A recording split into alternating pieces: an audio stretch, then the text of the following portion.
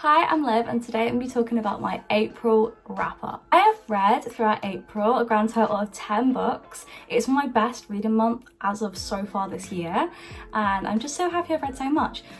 So let's just get started. I'm going to talk about which books I liked, which books were a bit of a disappointment, my ratings. Yeah, you know the drill. Okay, first of all, the first book I read of this year was Caravel. This book is by Stephanie Garber. Is that right? Yeah, Stephanie Garber. And loads of people have been speaking about this series and how that you read this before Once Upon a Broken Heart and all that stuff. And I really want to read Once Upon a Broken Heart. So I saw this and I was like, oh my god, I need to read this book. It's been on my shelf for a few months now. So I finally picked it up and I finally read it. So this book is a fantasy. It's set in a fantasy world where there is a man called Legend who hosts a Caraval every year, and people take part, and they all take part in trying to win a wish, which is granted to whoever wins. So this year, Scarlett takes part with her sister. I can't remember what her sister was called though.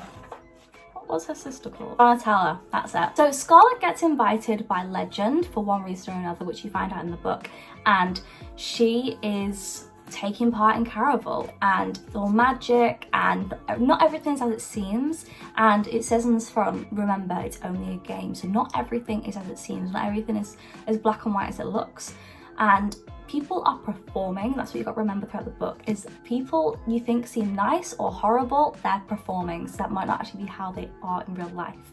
So this book I did like up until the ending. So one of my favourite characters in this book was Julian. He truly was an interesting character, quite a lot of levels to him, and I loved the romance between Julian and Scarlett throughout. I thought it was a really sweet romance between them.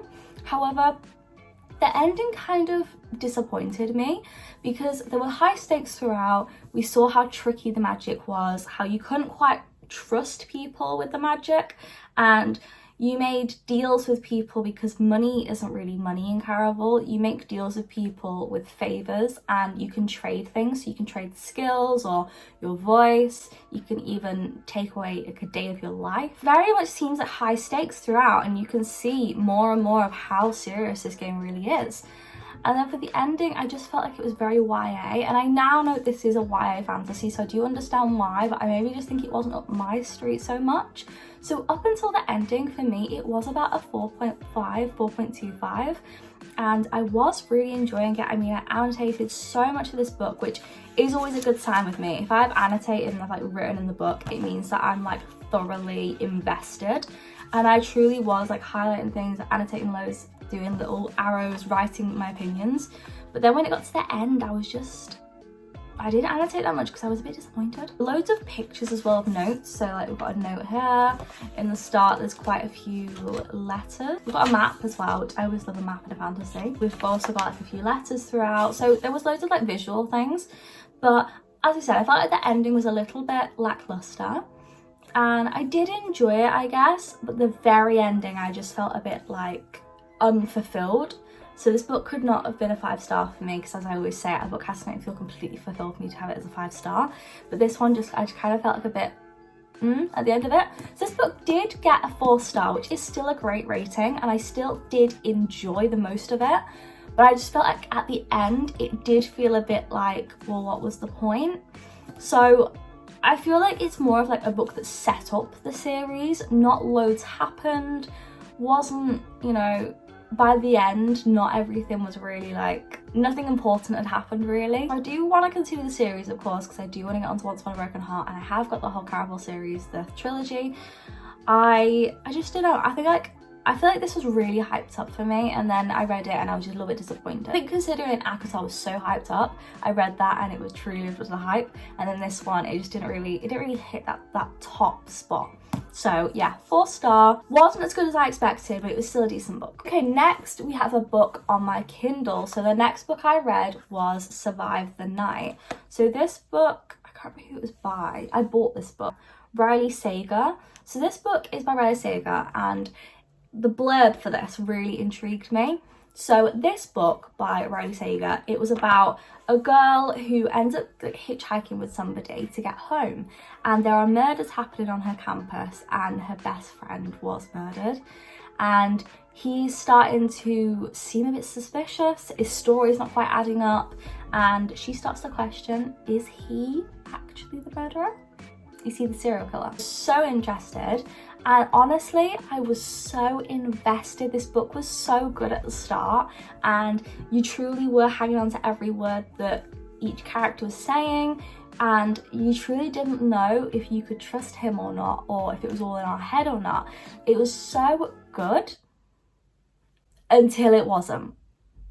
Until we got to the very last, I'd say the last 100 pages, and I genuinely said out loud, what the hell? And Sam was like, oh God, what's wrong? This book just fell so flat. I just couldn't put it even, I couldn't even put it into words. It fell so flat, and it's so disappointing because the first half was so good, and then the ending, it was very far-fetched, very unrealistic. So I just really didn't like the ending. I thought it was very far-fetched, very over the top, and I just didn't believe any of it. And that's the thing about thrillers, you should be at the point where you're like actually kind of on edge by the end of the book, and I just wasn't. I was just in disbelief. So that book I did give a 3.75 rating because I enjoyed the first bit so much. The first bit did have it on its way to be like a 4.75, and then it just completely flipped on its head, and I just did not like it. So that book got a 3.75 for me. The next book we have is actually from a series. So I'm going to talk about this whole series because I read it all in 1 month. So this is the Brutal Birthright series by Sophie Lark, and this is a 5-part book series. It was honestly phenomenal. So let's talk through it. This series is a mafia romance series. It was a little bit dark romance as well. Not as dark romance as Haunting Adeline, but dark romance, definitely not just romance. So the first book we had is actually one of my, I think it's probably like one of my favourites out of this series. It is Bruel Prince. So Bruel Prince is about Ada and, oh my goodness, how did I forget Callum? So the first book is a arranged marriage of convenience. You have the two families. You have the Irish mafia and the Italian mafia, and these two families have been warring for years. They literally hate each other, and the two heads of the families, the dads of the families, decide they're going to get their children to marry each other. So we have Ada, who is almost the youngest, but not quite, I don't think. So we have Ada, who is from the Italian side, and we have Callum, who's the eldest and the only boy in the Irish side. These two marry, they hate each other, and they have banter but bickering with each other. It's so funny. Like, they try and find out little things about each other that they know each other hates, and they try and do it just to get on each other's nerves. You see them form this connection and this trust, and it's such a good book. I really enjoyed it. These books are not necessarily like serious at the start. Like, it's serious topics, but the way it's written is quite laid back. Like, it's not complicated. In this book, we're introduced to so many other things with like so many other like mafias that are happening. There's the Polish mafia, the Russian mafia, which come up a lot during the series. It was really, really good. I really enjoyed the first book, and the first book for me got a 4.5. Second book was Stolen Heir, and this book is focused on Callum's sister, Nessa. So Nessa is a ballerina. She is so cute. She's not really involved in the business side of the family. She just gets on with her ballet, and that's what she focuses her time on. She is kidnapped by Mikołaj, which is a guy from the Polish mafia, and he has a vendetta against the Irish and the Italians, and he thinks that one way to get back at them is by taking their youngest daughter. So he takes Nessa, and he is planning to send pieces of her back to her family. As I said, it's a dark romance, and Mikołaj has had a very dark past, and it's so sad to see parts of him like emotionally distraught. I forgot to mention, but all this series is in dual perspective, so you get both the guy's perspective and the girl's perspective. So we do see a lot of Mikołaj and what he's dealing with, and we also see lots of perspective from Nessa. These two form an unlikely bond, and ... It's such a good book. This one is like kidnapped and then falling in love with your captor. Like, it's a really, really good book. Third one we have is Savage Lover. Oh, I didn't say the rating. Stolen Heir got a 4.5 as well. Next we have Savage Lover. So Savage Lover was about Nero. So Nero is Ada's brother, and he is a bit of a wild card. He's very smart, but he's just a bit reckless and a bit crazy. he falls for Camille, who works in a car shop. It's the only way she can make money. Her dad's really sick. Her little brother's not old enough to do things like that. He needs to really complete his college. She gets in with the wrong people and ends up falling for Nero. Nero and Camille have such a nice connection, and it was a really good book. They both bond over like their love for cars, and it was a decent book. Not loads happened in this one, and I did give it a 4-star, but I did enjoy it thoroughly. And later on, the events in this book do come back, so I do now appreciate that book. I think Nero just wasn't my favourite brother, so I just feel like that's just probably why I didn't enjoy it as much. Next, have my favourite book of this series, and that is Bloody Heart. So Bloody Heart is about Dante. So Nero and Dante are Ada's brothers, so they are on the Italian side. And Dante is the muscle of the family. He's the eldest brother. He is the oldest, obviously. And he is this blooming hunk of a man. So this book is second chance romance. It's, oh my God, I cried. My heart, oh my gosh. So Dante and Simone form an unlikely relationship in the first part of the book. And the way they meet is so unlikely that they'd even like carry on to like each other. But it's so good. And they end up having to stop seeing each other. Dante absolutely loses his mind. He is so cut off, distraught. He doesn't want to talk to people. He actually doesn't really have any girlfriends or anything. And this is set years later in the future. And they end up reconnecting. They end up seeing each other again. And ... These books, by the way, are spicy as hell, and the spice in this book was my favourite. This and Bruel Prince, and later on, I love the spice in all the books, I'm not gonna lie to you, but the spice in this book was everything. Simone's character was also a little bit of me. Like, she was a book lover, and you'd always find her with her head in a book, and she just was completely losing track of time, and that is just me. Also, about this series, I forgot to mention, the best thing about this series is that there are cartoon diagrams in the book. I kid you not. There are diagrams of each character, little cartoon images. I have actually got the next series on my Kindle. So next series is Kingmakers. So I read all this on Kindle Unlimited, by the way, I forgot to mention. I'm gonna see if Kingmakers has any images. Oh, it does, I can show you. Okay, I can show you. So, for instance, these are the kind of like images we have. So this is like just from a different series later on. It's linked to this book series. Well, they have upped their diagrams in this new series. So here we are. So this is a portrait of somebody in the next book series. So they have things like this. They're more cartoony, the images, not as detailed as this one, but they have them in every book throughout, and the spice scenes are also in the diagrams, and we also just have loads of like portraits, and it just helps you like more visualize the books more and the characters, and it was so helpful. I really loved the images. As I said, Bloody Heart was really good. It was a second chance romance, and my heart was just, I loved it. So Simone and Dante are my favorite couple. I absolutely adore them, and I gave this book a 5-star. The next book was Broken Vow. So this one continues on from Bloody Heart, like really good. So this book is about Rihanna and Raylan. I don't know if he's called Rylan, I call him Raylan. So Raylan is Dante's friend from the war. He used to be a soldier with him basically, and they used to work together in Iraq. And he is Dante's best mate, closest person. And he sees Rihanna as a challenge. Rihanna is Callum's sister and Nessa's sister, and she is a handful. She is angry and very opinionated, very headstrong, and I love her character. So Rihanna ends up needing a bodyguard, and Dante entrusts Raylan to do it. Raylan really likes Rihanna, but he's not going to go there because she has a boyfriend. But the spice between them, you cannot deny it. You cannot deny the chemistry. He is a cowboy, he's southern, he's from a ranch, she's from the city, very uptight. It's a reverse Grumpy Sunshine. Rihanna, definitely the grumpy. Raylan, definitely the sunshine. The spice scenes in this book, oh my god, were insane. I just really adored this book. It was amazing. Broken Vow was a 4.75 for me. Really adored their relationship. Loved the plot. Loved where it was set. It was so good.